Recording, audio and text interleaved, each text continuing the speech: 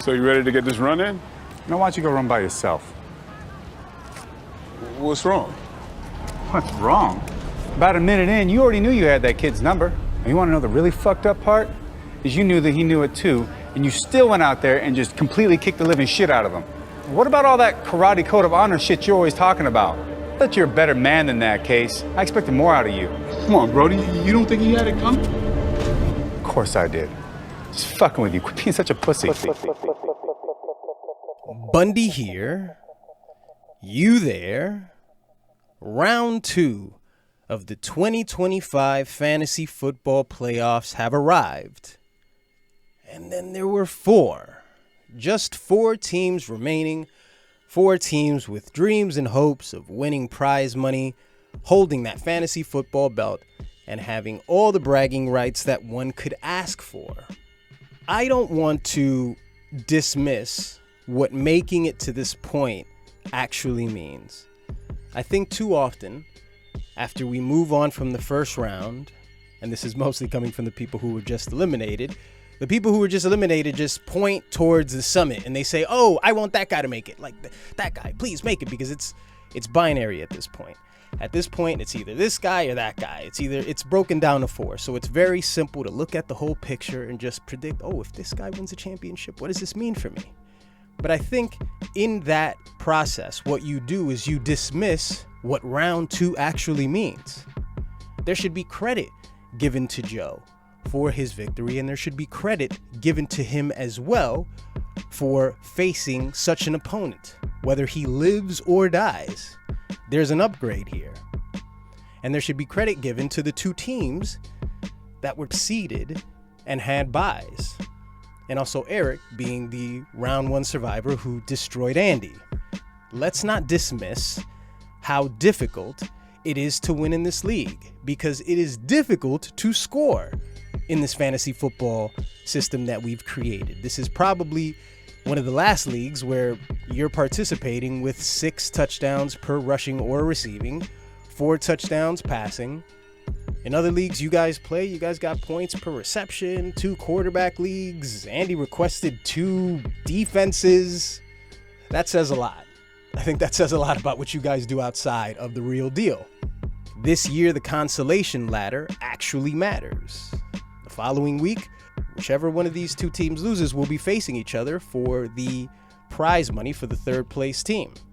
So everything is important. Everything matters now that we've got 4 teams left. And now that I'm done glazing all of these teams, let me continue to glaze.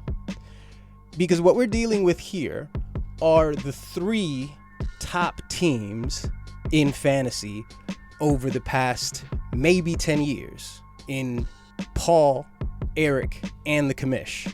Now let me tell you why. Paul, for example, is the only team in this league, I said the only team, to ever have 3 consecutive seasons. I said 3 consecutive seasons of 10 plus wins. In 2020, he was 11-2. That was the year he lost to Eric. In 2021, the NFL's first 17-game season, he was 10-2-2. And in 2022, he was 10-4. That consistency that Paul has amassed, and also he is, I didn't look at it quite that close and I didn't calculate it, but Paul is probably the highest scoring team over the past 5 years or so. You just look at his numbers and it's just 1,400. It's ridiculous. Fuck you, Paul. And then of course we have to mention Eric. Eric, in case you didn't realize, Eric probably doesn't even realize this, but Eric has the longest consecutive playoff appearances at the moment, with 7. This is his 7th consecutive season of making the playoffs. And then there's the commish, who is obviously the winningest regular season team of all time with 123 total wins. So these are the top 3 teams in terms of consistency. We understand that Andy has 4 championships, but when you look at Andy's records through the years, he hasn't been as consistent, but he has 4 championships nonetheless. So he is technically the top team, but these are the teams that always win. They're always there. Joe, on the other hand, is the underdog. Yes, Joe is an actual underdog, Paul. He's not a fucking Nepo baby, okay? He made it here in spite of what I thought about him last week. We can't speak to Joe's records or whatever he's done. We can only give Joe credit for being here at this moment. So everything that I said about Joe last week, about him being the poster boy for losing, if he loses, this is an upgrade. As I said, it's an upgrade in opponent. It's an upgrade because he's made it this far and he can still potentially win some money. Okay, I think I'm done with the glazing. I promise, I am absolutely done with all the glazing, and now we're going to move on to the games. First, we're going to discuss Ewok Rape versus Super Shredder. Let's talk about Super Shredder's team. At 11-2-1, he is the top seed, and he's done pretty well for himself this season, scoring, can't believe I didn't at least look up how many points, because the commish won the scoring title this year, 1575. Now, I don't think anyone has reached the 1500s since the 8-team seasons where we all had bomb squads, so this could quite possibly be the highest point total of all time, but I'm not gonna look that far into it. Drake May. I was wrong about Drake May. At the beginning of the season, I said Drake May is just, he's a glorified dual threat at times. He can get it done. But the commissions consistently started Drake May, and at the moment, he is the 4th-ranked quarterback. And here I see Bucky Irving. Now, let me tell you about Bucky Irving, because the commish acquired Bucky Irving off of a trade with Team Bundy. When I had sent Orlando that trade offer, the offer that I sent to him was the first offer that I sent that hour that I was sending trade offers. And as I continued to send more trade offers for Bucky Irving, they got increasingly ambitious. For some reason, I looked at Quentin Johnston and I thought that he would be a good add-on to the trade for Travion Henderson. I knew who Travion Henderson was going to be. Obviously, the commission knew who he was going to be because he drafted him in the 4th round. But when the commission accepted it, I was a little bit ticked off because I said, God damn it, Quentin Johnston. I should have just asked him for Emeka Egbuka. But as it turns out, Emeka Egbuka hasn't done really much. Even since I thought of that trade, Emeka Egbuka, he's only had one double-digit performance. I mean, since week 11, it's just been 4-3, 4-1, 6, and now Mike Evans is back. So I didn't mean to shit on Emeka Egbuka. I was really discussing Bucky Irving and the trade, and I think the trade has aged well. I think Travion Henderson has established himself as a diet Jahmyr Gibbs, and you got to diet anything in comparison to Jahmyr Gibbs. I think you've got a great player and possibly a keeper in the 4th round. Yes, in the 4th round, not the 3rd round. The 3rd round, he would be a keeper if I kept him after the 2026 season. So he stays in the 4th round because he has not yet been a keeper. So Bucky Irving here versus the Carolina Panthers, and that's a tough matchup. Carolina and the Buccaneers, this is a divisional game. So they're going to play each other tough. And as I mentioned, he's starting Emeka Egbuka. I'm assuming, and I only say that because he picked up Courtland Sutton. Courtland Sutton. Didn't I say last week, why did Andy drop Courtland Sutton? And I wasn't looking at the activities in the league. I didn't even realize Pedro dropped Courtland. Pedro, why the fuck did you do that? 17 points. I'd be starting Courtland Sutton. Right? It was crazy to consider, okay, if Pedro puts him on the bench, that's fine. Like, he's not the greatest wide receiver in the league. But to drop him to me was insane. And I don't suspect that the commish will start Courtland Sutton. I think he's going to give Emeka Egbuka the chance to disappoint him. He's gonna. It's a tough matchup, but he's done so much early in the season that maybe you got to imagine he'd get one touchdown. He'd get a touchdown and 30 yards, get you like a 15 or something. The rest of the team here, George Pickens versus the Chargers. George Pickens, also at the time of the trade, it was in week 10. George Pickens was on a bye, so I didn't really even consider him because I needed players and I needed them now. George Pickens is such an emotional player. If you guys recall, I think during last week's game versus the Vikings, they showed sort of a collection of unenthusiastic routes that he was running and just looking very emotional, looking very disappointed in Dak Prescott or Jerry Jones or whoever the fuck these diva players blame when they're not getting the ball, when they're not producing. So he has gotten 3 points over the past 2 weeks, but he is going against the number 1 ranked against wide receivers in the LA Chargers.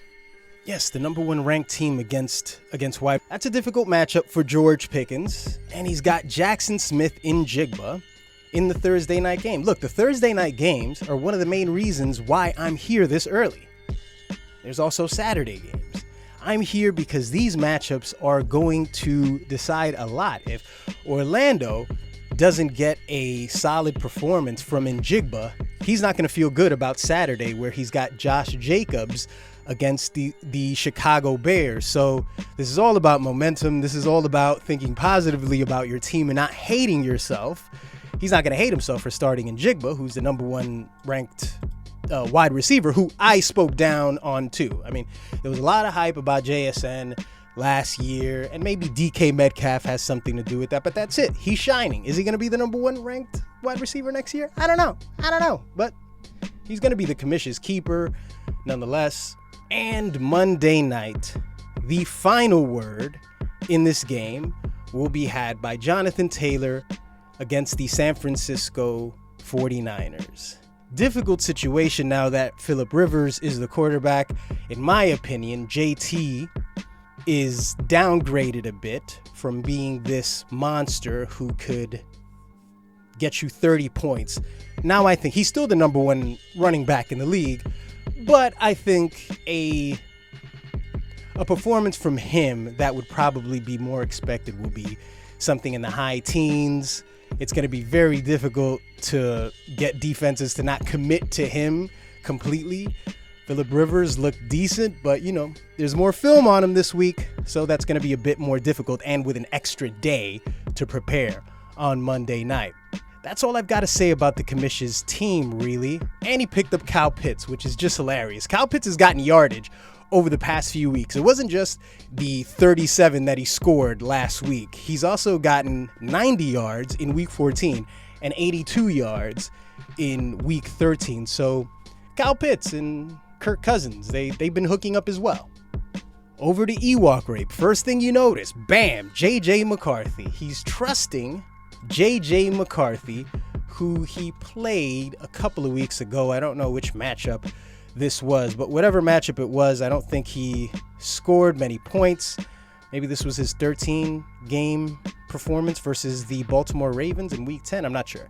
But the last 2 weeks versus Washington, versus Dallas, versus soft defenses, JJ McCarthy, 19 points versus the Washington Commanders and 23 points last week versus the Dallas Cowboys. Nothing, by the way, for Justin Jefferson. I think that's hilarious.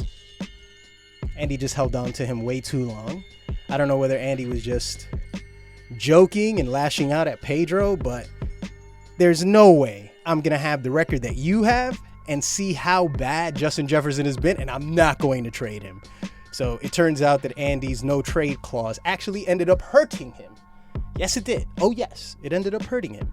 But week 16, he will be facing the Giants, JJ McCarthy. So his projection is 16 points. Listen, if he gets you 14, if he gets you 15, Eric's supporting cast based on last week where he scored 174 points. I think that's the highest point total ever scored.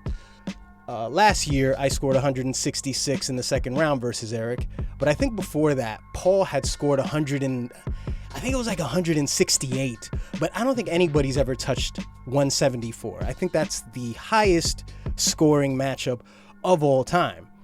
We'll discuss that in a second. Amon St. Brown against the Pittsburgh Steelers.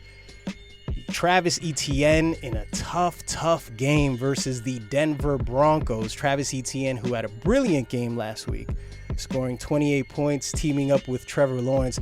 Yo, all the credit in the world to Eric for what he did last. We make a lot about people's choices in the playoffs. Everybody remembers or confuses whether Joe sat or played Tim Tebow. I think he sat him. I think somewhere Kamish is yelling at me because Kamish is always the one that remembers that particular stat. I remember certain particular things that happened, but for the Kamish, that's one that he always remembers. I don't know what the fuck it was. Trevor Lawrence, Eric's selection of Trevor Lawrence was amazing. Trevor Lawrence scored 44 fucking points. Just demolished Andy. I mean, even without that, he would have demolished Andy anyway. But nonetheless, he picks up J.J. McCarthy because that's not going to happen again this week. But Travis Etienne, he's going to be left in there. T. Higgins is back from his injury. He's going against the Miami Dolphins. And Trey McBride. Can Trey McBride sting the commish in the ass? Because the commish had Trey McBride versus me last year in the chip where he had a legacy game and they just said, we're just going to give you the ball just because you're Trey McBride and you haven't gotten touchdowns. So always going to piss me off. I lost by 12 points. Eric has good matchups in St. Brown and A.J. Brown and Achane against the Cincinnati Bengals at 1 o'clock. Let's just get to what I believe happens here. In my opinion, these teams are very evenly matched. It's very, very difficult at this point in the season because I think the fact that the commish has Bucky Irving, the fact that he has Igbuka, and Igbuka hasn't really been performing. The commish never had an issue this year putting eggs in one basket. I took one of his eggs away in Travion Henderson, so he doesn't have to worry about that because he probably would be starting Emeka. He'd probably be starting Travion Henderson right now over Igbuka, in my opinion. He's got 2 eggs in one basket in a tough matchup. So to me, it's either going to be either or, It's either going to be Bucky getting you 18 points and Emeka maybe getting 7. Mike Evans looks like a world beater. He looks emotional. He looks angry. And he looks like he's ready to play. I think that there's a downgrade in the commish's team as far as Jonathan Taylor losing Daniel Jones. But it's still so very close. I think whoever wins this game, it's not going to be by much. I think this is going to be like a 10-point win. I think it's going to be very difficult to predict. But I got to go with the commish. I have to go with the commish having Jonathan Taylor on Monday night. I have to go with the commish because J.J. McCarthy. Look, J.J. McCarthy, this is against the Giants. I don't know what's possible. I don't know if he's developing. I don't know if he could possibly get Eric 28 points. I just see more potential for big games on the commish's side than I do for Eric. And when I'm saying that, I'm splitting hairs. I just see this game 105 versus like 118. I said 10 points, but just like a little bit plus. If you beat somebody by 15 points, you get 100 and they get 85. That's different than if I get 105 and you get 120.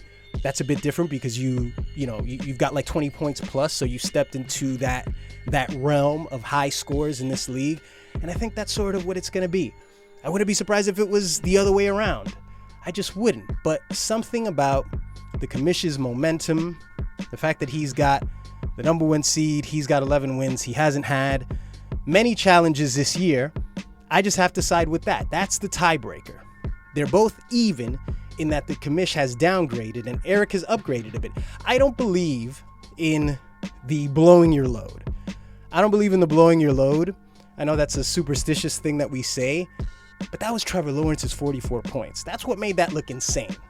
If Trevor Lawrence didn't get 44 points, Eric would be in the same league as Team Bundy, who got 137 points last week. All because the fantasy gods have a sense of humor, don't they? The gods have a sense of humor. Those fucks. So I think the commish will edge this one out by 15, 7, 8 points, somewhere in that vicinity, but this will be a higher scoring game than the very next game that we're going to discuss. And that is Pork Chop Express versus Joelicus Maximus. Let's talk about Pork Chop Express first. Now, is he starting Matthew Stafford versus the Seattle Seahawks Thursday? Is he going to do that?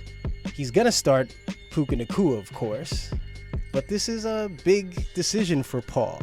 His alternative is Baker Mayfield against Carolina. So the 7th ranked team against quarterbacks in the Seahawks and the 8th ranked team against quarterbacks in the Carolina Panthers.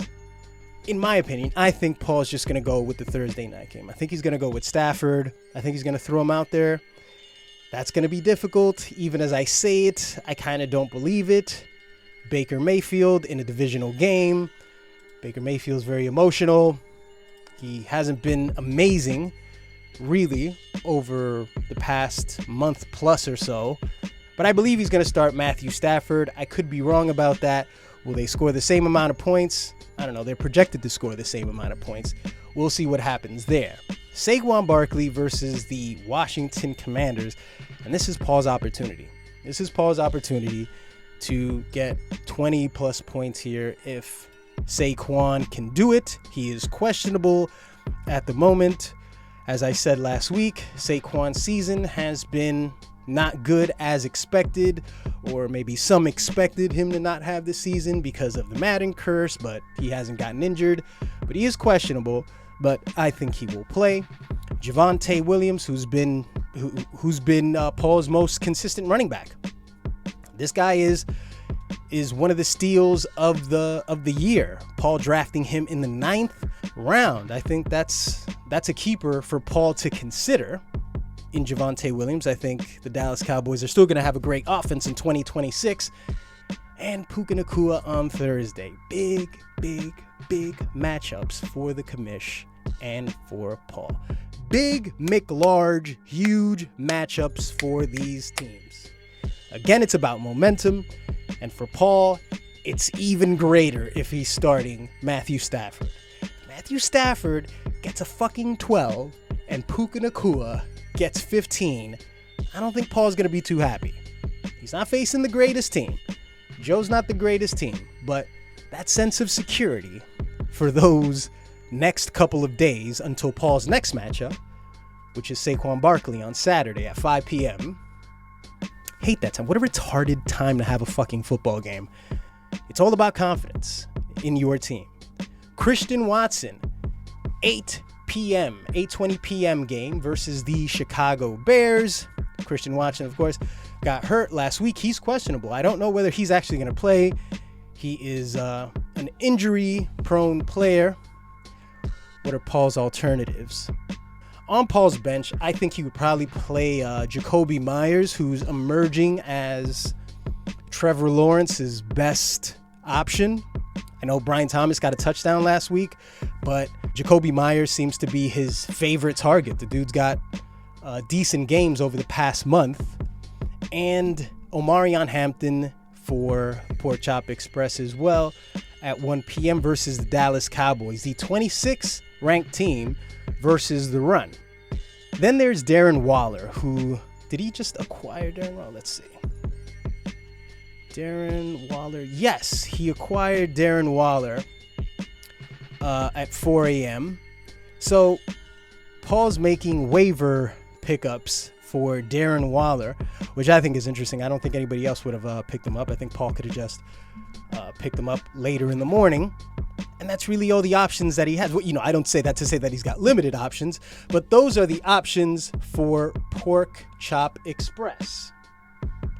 Now, let's move on to Joelicus Maximus, the underdog, the guy that everyone wants to see win a championship. Justin Herbert at 1 p.m. versus the Dallas Cowboys, 32nd ranked. This is the Dallas Cowboys, who apparently have been better defensively, so the rankings may fool you. Justin Herbert's output, let's say for the last month, he had a bye 3 weeks ago, but let's add week 11. So he's got 3 in week 11, 12 in week 13 versus the Raiders. That's not a good look. 11 versus the Eagles, and 10 last week versus the Kansas City Chiefs. Oh, by the way, I forgot to mention, I'm very happy about Patrick Mahomes getting injured and it just being just sort of a microcosm of their season, of their brand. I loved every second of it. I enjoyed it. Fuck the Chiefs. Bijan Robinson at 4:05 p.m. Much like Saquon Barkley. But this is the interesting part. I mean, Paul's got that gun at Saturday. We're already going to know a lot about Paul's team by Saturday evening. Going into Sunday, we're going to know a lot about Paul's team. Okay? So Bijan Robinson, the best running back in fantasy football. Maybe that's debatable between Jahmyr Gibbs, especially if David Montgomery just dies. Now, DeAndre was one of the biggest surprises last week. I said he was capable of scoring 10 to 13 points. The guy got 2 touchdowns, right? He got 2 touchdowns and 21 points, 98 yards with 18 carries. So this week he's going against that Green Bay game is a huge game at 8 p.m. on Saturday. All these are big games, but just these nighttime prime time games are just so huge this time of year because just everybody's watching. And here is the bright spot for Joe's team if he can play. Drake London versus the Arizona Cardinals. Drake London back off of injury. Last played in week 11. Dude got a 29 week 9 versus the New England Patriots. He needs Drake London. If Drake London plays, that increases Joe's chances of winning. Jameson Williams had a great game, had a 20-point game in him, scoring 19 points. And Tony Pollard, 1 o'clock against the Kansas City Chiefs. You don't know how that game script is going to go. I believe now it's Gardner Minshew who is starting. Tony Pollard had a great game last week.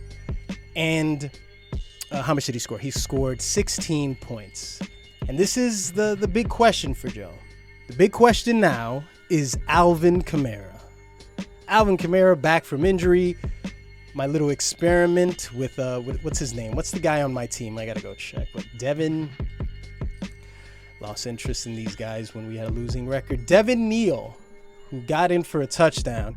In Team Bundy fashion, Devin Neal just got injured, I think before halftime. Saw the out next to his name. I said, oh well. Tough breaks. Rub some dirt on it. So he's got Alvin Kamara playing here. He's questionable.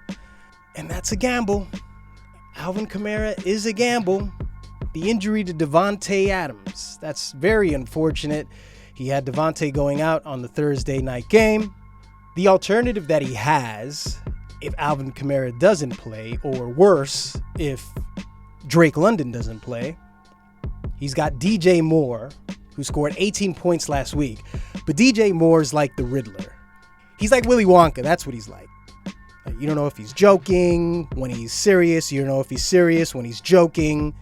The guy's he's an enigma. 18 points week 9. 18 points week 12. And then 18 points week 15. So it's just 3 weeks. And then in between that, the guy does nothing.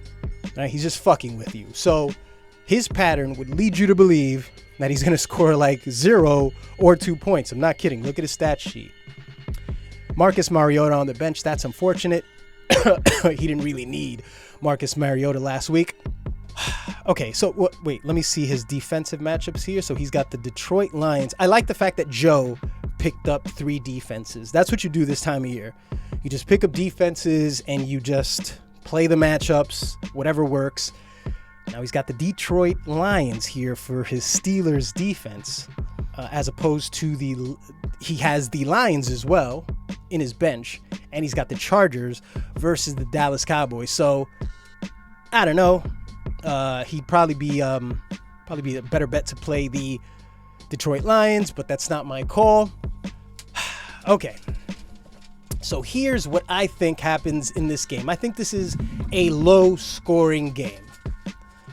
I think it's a low-scoring game in that the winner's probably going to have 90-something points. I don't see this like Paul's projected to get 101. I think Paul's going to be somewhere, he's just going to be under his projection. I don't think he's going to have an explosive week.